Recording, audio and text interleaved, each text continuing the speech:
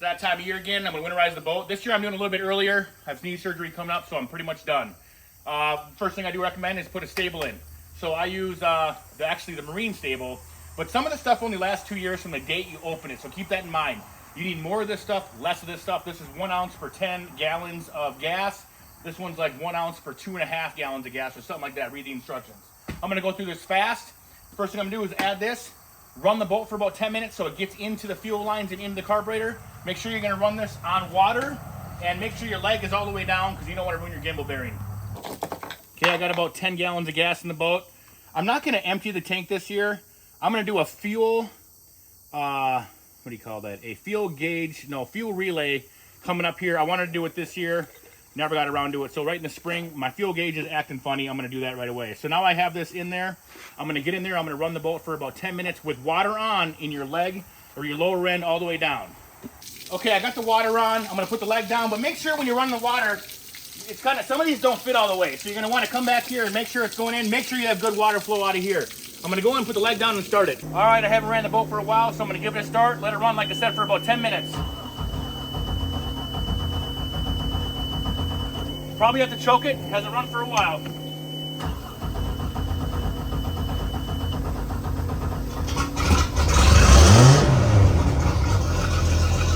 I'm gonna check, make sure I have good water flow. You don't want to overheat your engine. Meanwhile, I'm gonna be taking all my electronics out of the boat because I'm done with them. Make sure you have good flow. If you don't, you probably need an impeller. Right, so since I'm not going to be using the boat while I'm running stable, which I recommend, I'm going to shake the tank up a little bit because I want to make sure that the stable gets mixed in the gas so it sucks in the lines in the carburetor. It's kind of jinky, but that's what I do if I'm not running it. Also, the reason why I run coolant into the lines directly is because I know it's done. I've talked to a lot of marinas and they recommend just pulling the blue plugs. I think add coolant. If your boat doesn't run, or you can't get by a water source, the way I'm doing it is the best way to do it. I'm just gonna take this -75 high rating, I'm in Minnesota, pour it in the lines, I'll show you that. Make sure you purge the system, and then I drain it again. All right, now that the boat's been running for about 10 minutes, what I like to do is get the wheel up so the lower end raises. So I drop the front down. That way the lower end can be level, but I can get the oil pan underneath and get work underneath the lower end there. So I put the jack down here, and I let it all the way down, and I put the wheel up. That way,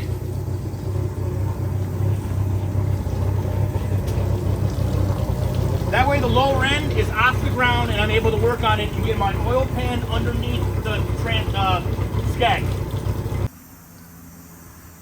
All right, so this is extremely important to do when you're winterizing your boat. I do this every single fall. You need to take your lower end oil out and put new fluid in. The reason why, if you have a bad seal, water can get in here and it can burst your lower end. They can be extremely expensive.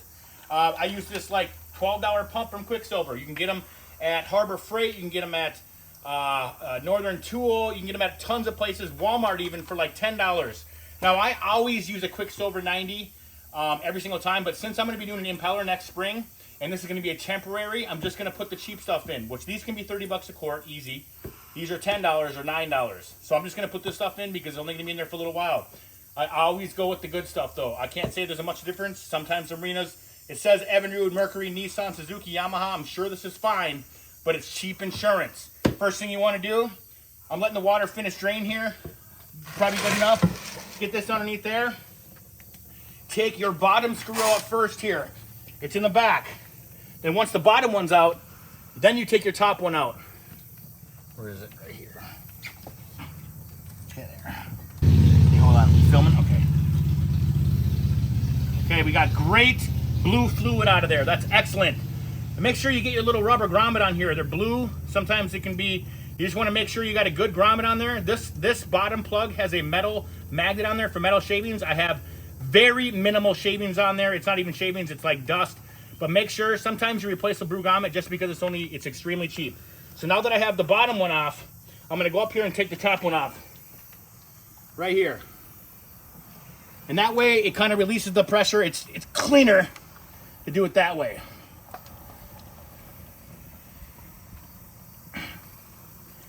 And once this is out, it'll start dumping out faster.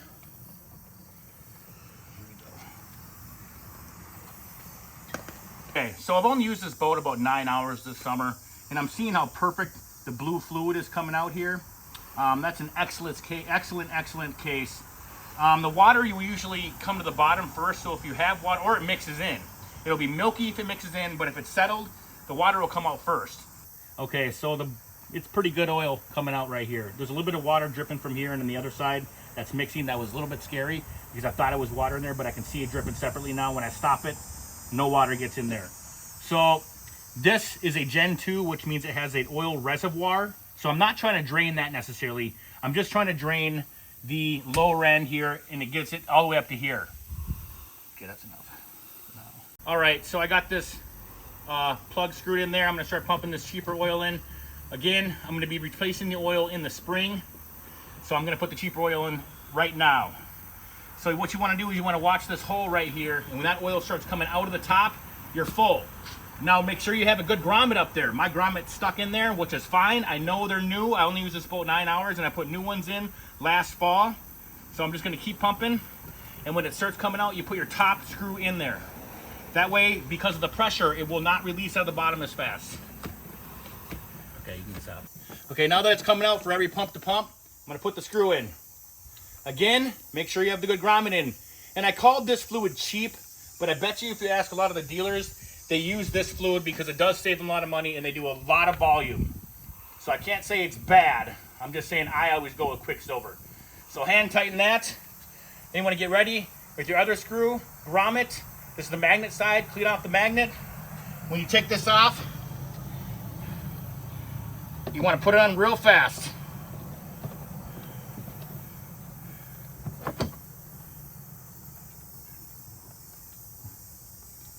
Oh, give that a hand tighten with your screwdriver.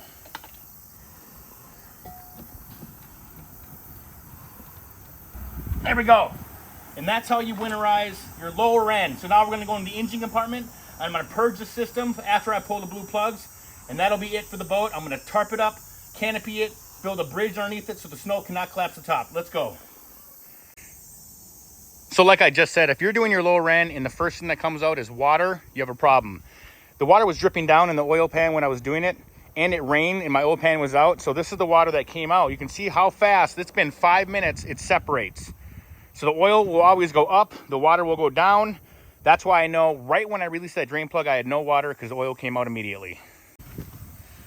So now that I'm done with doing the lower end fluid, I'm gonna raise this back up, put it in the wheel, make sure the leg is down, and I'm going to purge the system with the negative 75 degree RV antifreeze. All right, so I'm gonna use this negative 75 because I like to go the highest rating possible.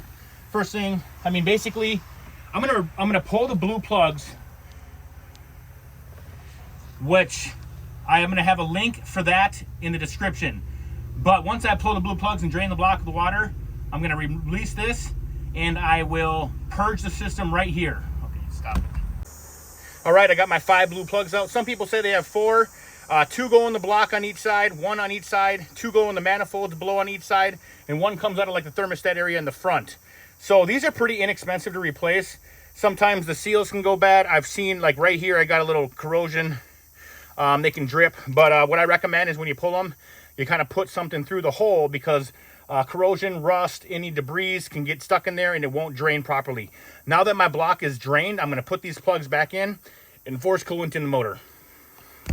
All right, I'm gonna take this off here. I got the blue plugs in. Undo that enough. Try not to scratch your paint. I'm gonna loosen this up a little more because it has to get over like the lip. I'll show you what I mean. More the better, probably. There we go. You have to get over this lip, so you want to loosen up a lot. All right, here we go. So once it starts coming out this top part here, I'm gonna put a rag there to stop it so it kind of gets everywhere in the engine.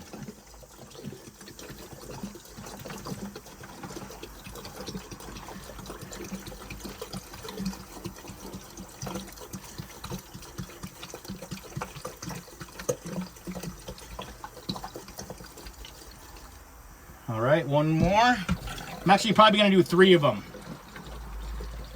And I'm gonna release the plugs and let it out again.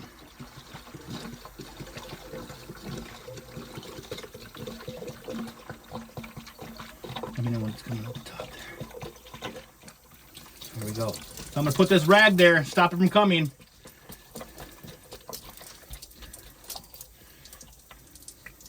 Now that it's solid pink coming out of there, I'm gonna do one more. I want a solid pink, that way I know it's not diluted. Can you see that angle right there? You see it?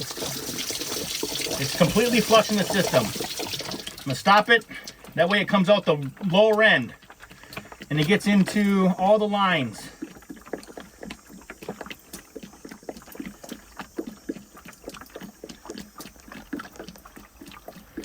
There we go. Okay, purge. I'm putting this hose back on, and then what I'm gonna do is I'm gonna release the blue plugs one more time to get the stuff out of the system. I saw a video that the coolant stuff actually froze in the jug brand new and it expanded. So I don't want that in my engine. We got a negative almost 30 degrees last year. I'm not playing games. So I'm gonna release the block plug and let the pink stuff out now. And the manifold. I'm not messing around. I'm gonna do the thermostat. Actually, I'm just gonna do the thermostat and the blocks. Again, when I talked to Marina, they told me that they just pull the plugs. Stab in there. Can you see the pink coming out down there? Okay. You can hear the block draining. I want a dry block when I store this. Then I know I don't have to worry about anything.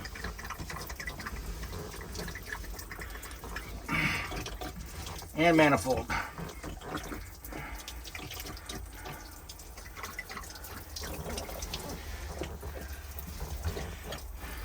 Poke a hole in there. All right, last thing I'm gonna do now that I did my lower end, purge the block with antifreeze, ram stable or seafoam through the engine to stabilize the fuel. I'm gonna check the oil.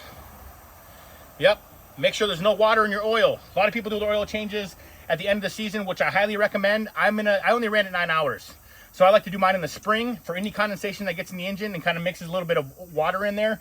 I do mine in the spring always, lower end in the fall. That's just how I do it. All right, that's kind of it. Make sure you take everything out of your boat, dry everything out of the boat, open some of the compartments up, move some of the seats so they're open and they can breathe. You're set, covered up really well. That's how you winterize your boat. All right, second to last thing I'm gonna do is I'm gonna drop my lower end and then I'm gonna take the battery out and cover it properly.